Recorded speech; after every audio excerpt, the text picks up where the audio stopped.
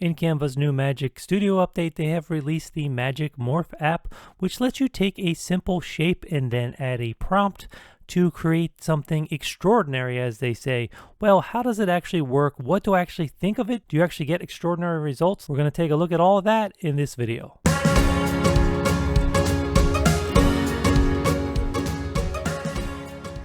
Okay, so first things first, where do we find this Magic Morph tool?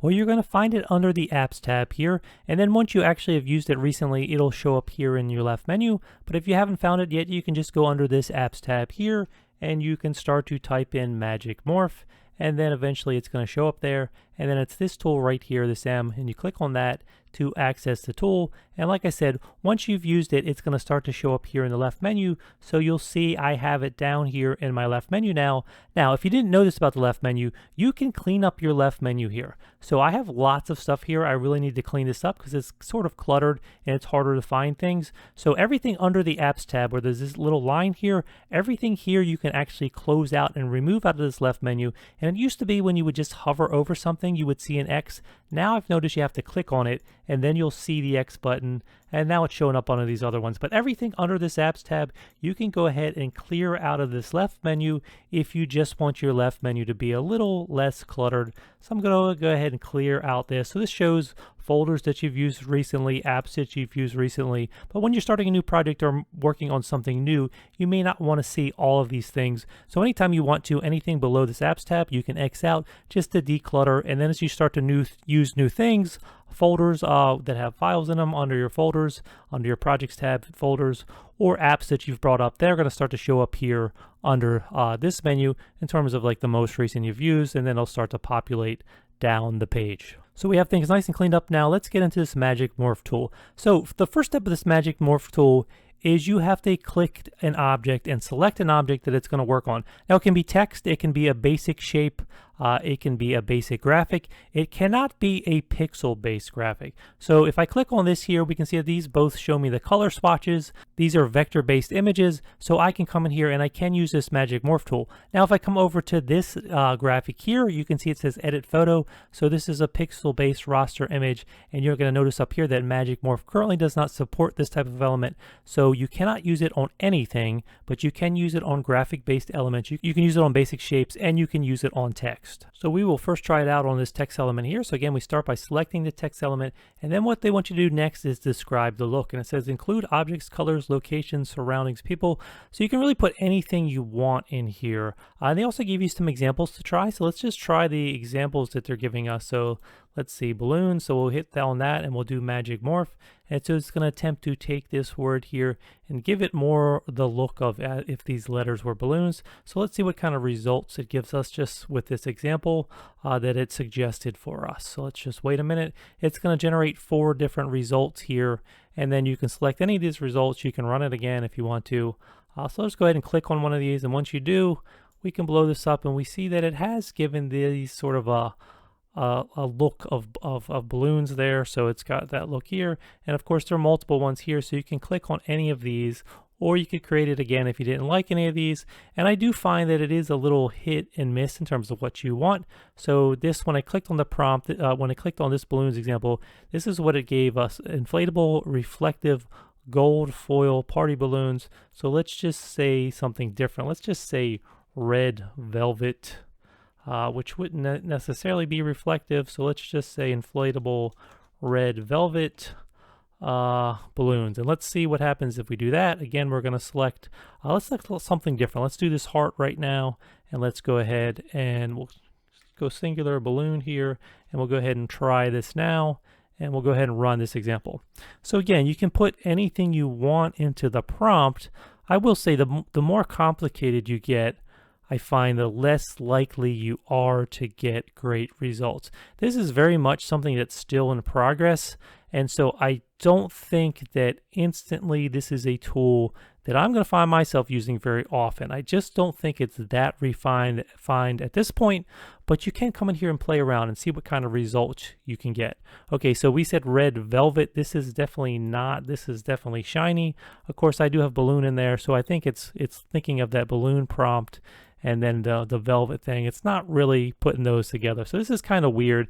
It's hard to imagine actually using any of these results. And of course this one here, it didn't quite work. So sometimes it misfires, and you can always go back and you can always change this prompt. So let's just come in here and let's use the heart again, but we'll use one of their own prompts here. So it suggests wood, intricate wood carving. So let's go ahead and use Magic Morph and see what we get when we have this intricate wood carving.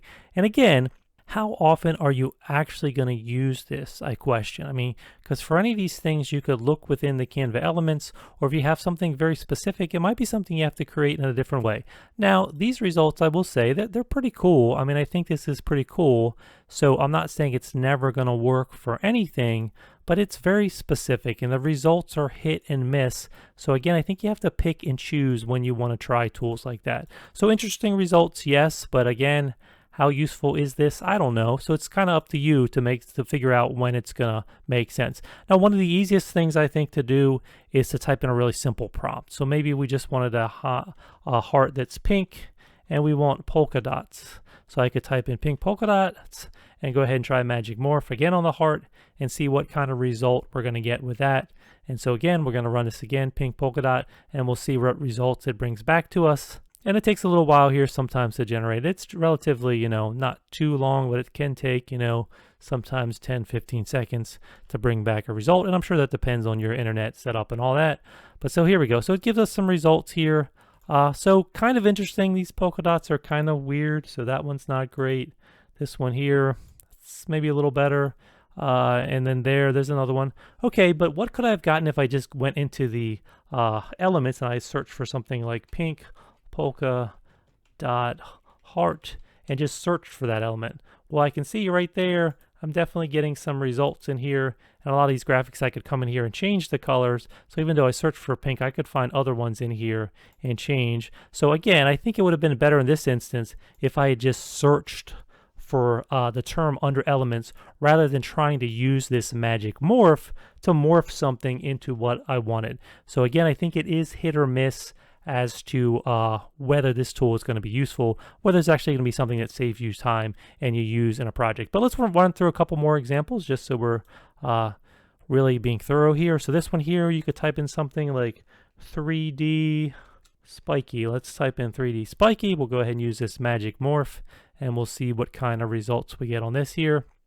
So again, it is a good way to be creative, and I do think all of these AI-powered tools are going to get better and better, where you can get more and more interesting and more realistic results as they improve the technology, as they improve the algorithms. So this is definitely 3D, but it's sort of misfired on the spiky. It's not really giving me anything spiky, but again, I could run it again. So it gives you interesting results, but again, how useful are they? I don't know. So go back again, we'll do one more. We're selecting the donut now. Let's just choose mossy or something like that. Magic morph, and let's see what kind of results it can give us for that. And so we see these results here. There are some that are interesting, but again, it's very unique sometimes the look you get back. It can be a little weird, and I don't know how often I would actually use this sort of thing at its present state in terms of finding something for a project I'm going to use. But is it interesting? Yes. Does it give you something else to play with, something else to experiment, another option to try? Sure. So this is Magic Morph inside of Canva. Again, you can find it under the Apps tab, search for Magic Morph, and then once you have something on screen, it's got to be a text, a basic graph element, or a basic shape. Once you have something selected, you go under this Magic Morph app. Once you select an object, then you come over here, put in describe the look, go ahead, click Magic Morph, run it as many times as you like, and see what kind of results you get, okay? So once you tell me down below, is this something you're going to use? Do you like this? Do you think they need to improve it more? Let me know your thoughts in the comments below. Again, thanks for watching. Make sure you subscribe to this channel if you want more Canva tutorials, and I will see you soon.